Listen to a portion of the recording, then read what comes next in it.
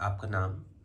अ, मेरा नाम बेला है और मेरा नाम बेला है और मैं एक ट्रांस वुमन हूँ। क्या करते हो बेला आप? मैं एक कम्युनिटी बेस्ड ऑर्गेनाइजेशन में जॉब कर रही हूँ फ़िलहाल।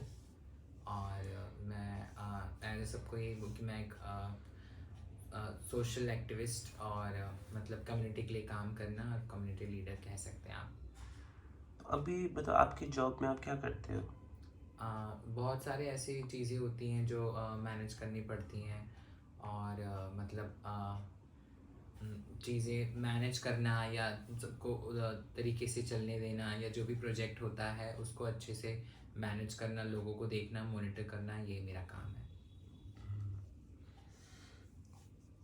बेला, अपने बारे में आप कुछ बताओ। जब मैं 18 साल की, वैसे तो ये जो एहसास है मेरे अंदर जो मैं महसूस करती हूँ हमेशा, ये बचपन से ही था। और बचपन से मैं अपनी बहनों के, अपनी मम्मी के काफ़ी ज़्यादा क्लोज थी। तो मैं उन्हें काफ़ी ज़्यादा अडोर और एडमायर करती थी, उनके जैसा बनना, उनके जैसा रहना।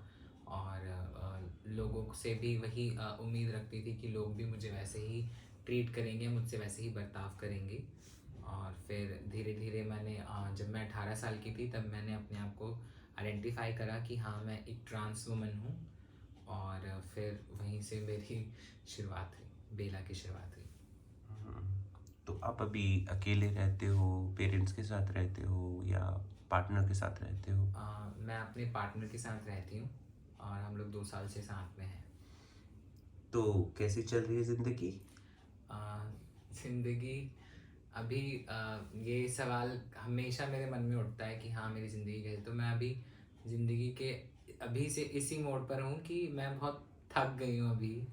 मतलब हर चीज़ से थक गई हूँ, क्योंकि मुझे कहीं न कहीं ऐसा लग रहा है बहुत ज़्यादा रिस्पॉन्सिबिलिटीज़ आ गई हैं मेरे कंधों पर, बहुत ज़्यादा हर तरफ से। और कहीं न कहीं मुझे ऐसा लगता है कि इसी एज में थक जाना सही बात नहीं है, मुझे अभी आगे बहुत कुछ करना है। बस ऐसा लग रहा है कि ज़िंदगी बहे जा रही है और मैं उसके साथ चले जा रही हूँ। मतलब मैं जो करना चाहती हूँ या जो मैं चाहती हूँ वो नहीं हो पा रहा।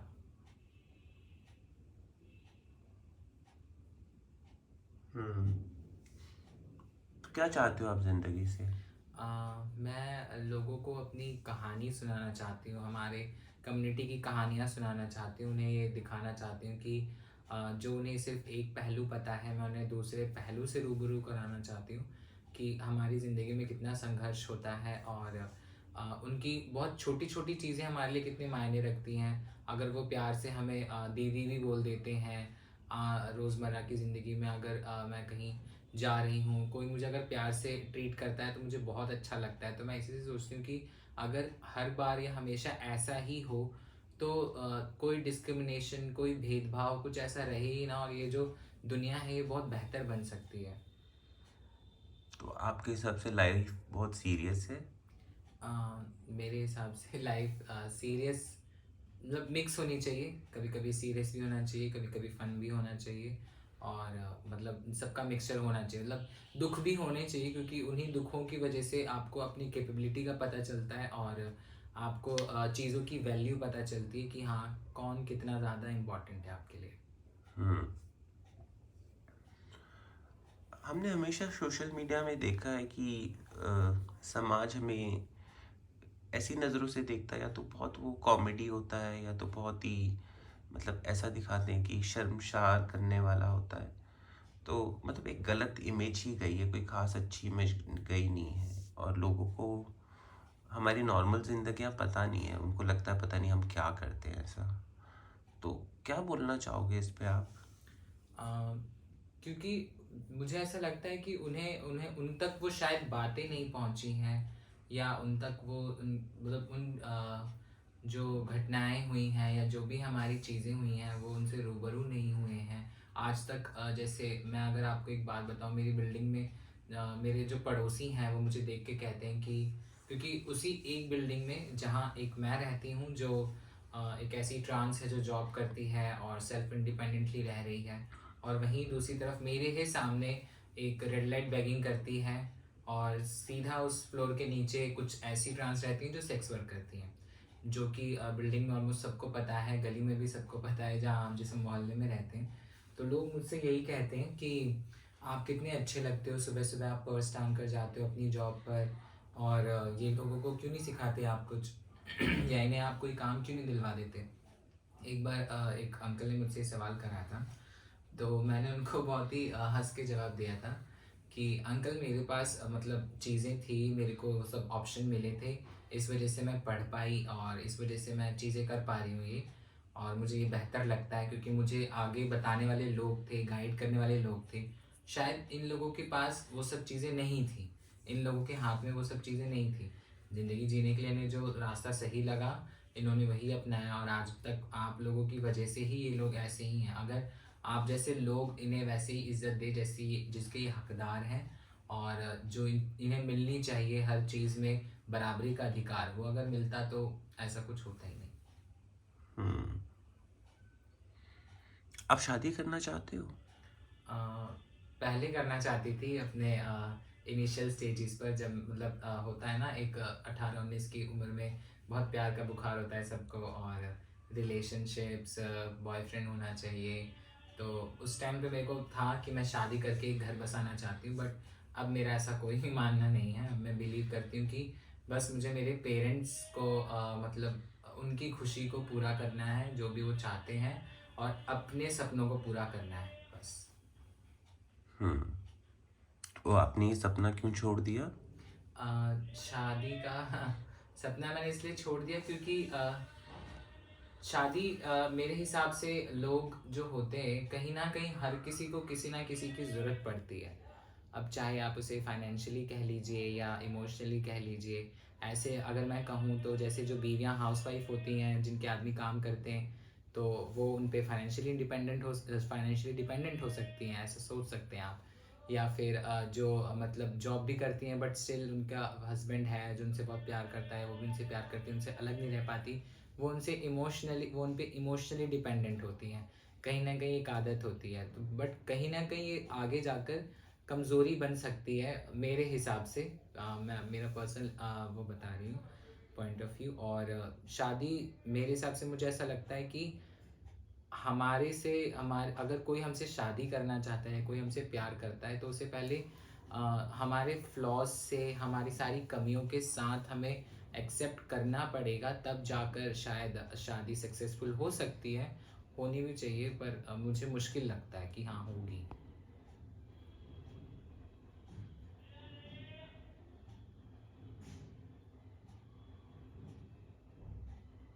तो आपको लगता है इंडिपेंडेंट रहना और मतलब किसी का हमें समझना ये थोड़ा मुश्किल है? बहुत मुश्किल है क्योंकि मैं ये मानती हूँ कि हर कम्युनिटी में या हर समुदाय में अच्छे बुरे दोनों तरह के लोग रहते हैं।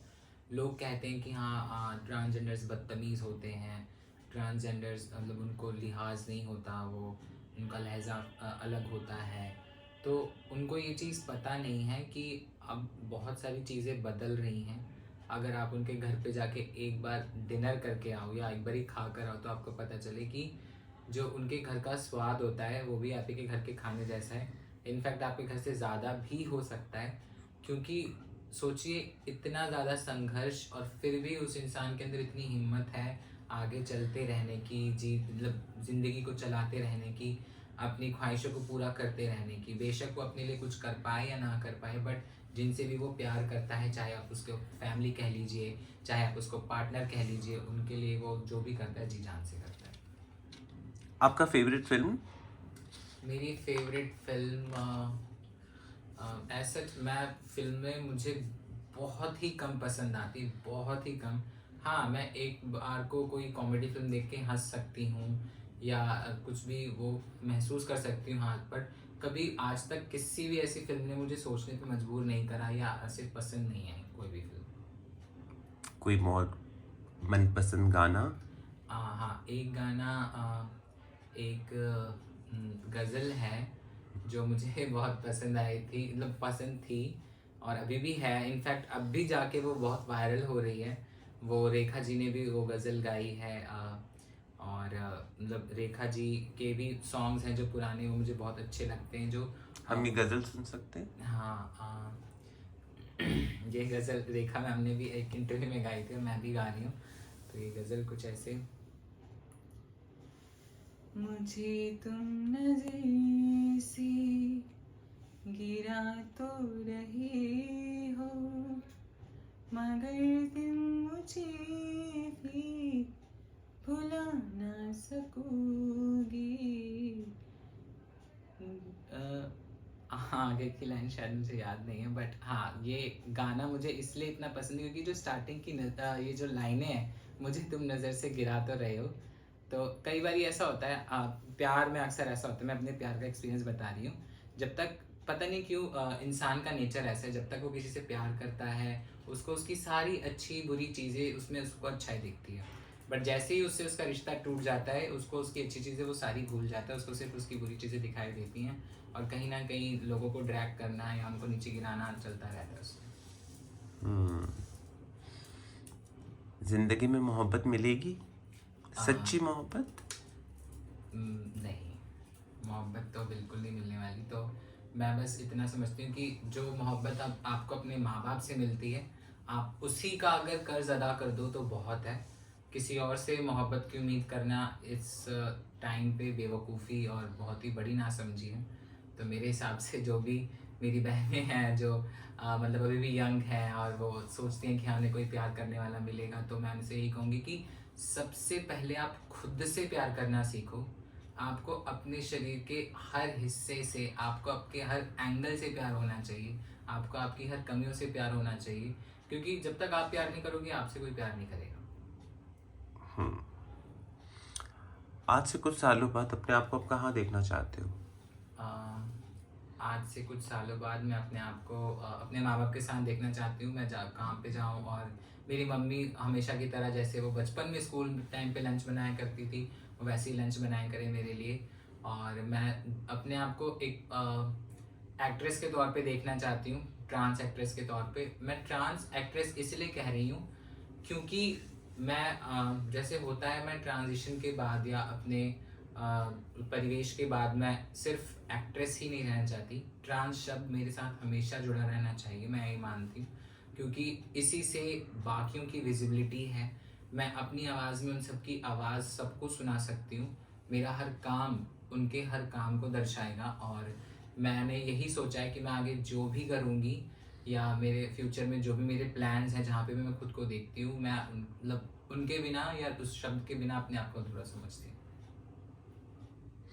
आपके सामने तीन चीज़ें हैं। अम, एक जार में कैंडीज़ हैं, आपके सामने मिरर है यानी आईना, और आपके सामने एक वॉकिंग स्टिक है, छड़ी। तो कैंडीज़ है आपका बचपना, आईना आपका हुआ जवानी, और जो छड़ी है वो आपका आने वाला कल। ओके। तो इन तीनों में से अगर आप एक चीज़ कोई चुनना चाहो जो आपको फिक्र करती है, या आप जिसको वापस जीना चाहते हो, या जो आप इंजॉय कर रहे हो, कुछ भी, मतलब आप इसके बारे में क्या सोचते हो, तीनों में से एक चीज़? हम्म, मुझे ऐसा लगता है कि मैं कैंडीज ही चुनूंगी। मुझे ऐसा लगता है इनफैक्ट कोई तो भी उठा लो ट्रांस एक हाथ में आप।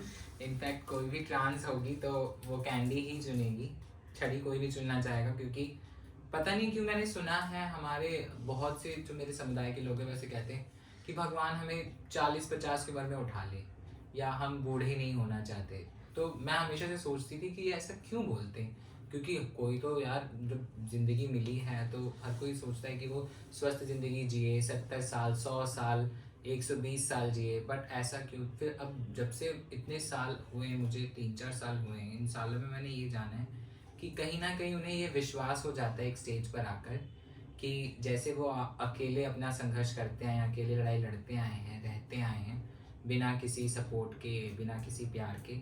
तो उन्हें इसी बात का यकीन हो गया था, या यकीन हो जाता है कि आगे भी कोई मिलने नहीं वाला, तो किसी और पर बोझ बनने से बेहतर है जब तक आपके हाथ पैर सलामत हैं तब तक आप भगवान के पास चले जाओ। क्योंकि जो इंसान इतना संघर्ष करे, वो बिल्कुल नहीं चाहेगा कि वो किसी पर बोझ बने या किसी के ताने सुने, क्योंकि हम खुद ही हमारी लड़ाई ही शुरुआती लड़ाई ही हमारे घर से होती है, जबकि इंसान की सबसे डिफ़िकल्ट जंग उनके घर वालों से होती है, पर हम तो निकलते ही जंग पे पहले घर वालों से जंग करके निकलते हैं, तो सोचिए उसके लिए कितनी हिम्मत चाहिए। और फिर उसके बाद मुझे मेरे हिसाब से बचपन वो स्टेज होता है जहाँ पे कोई फ़िक्र नहीं होती, कोई टेंशन नहीं होती, और सबसे ज़्यादा हम केयर फ्री तभी रह पाते हैं। हम्म। और मतलब कोई टेंशन नहीं, सिर्फ पढ़ाई की टेंशन, खाने की टेंशन, ज़्यादा से ज़्यादा टेंशन होती है कि हाँ रात में कहीं कोई ख़राब सब्जी ना बन जाए, लौकी या टिंडे, बस जो आम तौर पे बाकी बच्चों की भी होती होगी परेशानी, वही परेशानी हमारी भी होती है। बस फिर वही है, बचपन भी कहने से मुझे डर लग रहा है, क्योंकि मुझे ऐसा लग रहा है कि फिर बचपन फिर दोबारा वही चीज़ें शुरू हो जाएंगी जो मैं पहले भी अभी फेस करके आ रही हूँ। तो हाँ, बचपन जी के बचपन तक ही ख़त्म हो जाए, ऐसा हो। ठीक है, तो आप इस दिए को बुझाएं और इस कमरे से बाहर जाएं। बुझा दूँ? हम्म।